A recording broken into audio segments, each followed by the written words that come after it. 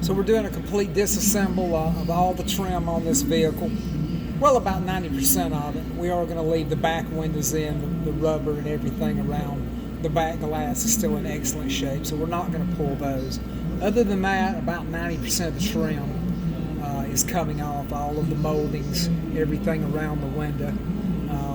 We're just about to finish up taking the grille and the front bumper and some of the last of the items off, get the front flares off. But everything's being pulled inside and out, door panels, everything for a complete inside and out refinish on the paint.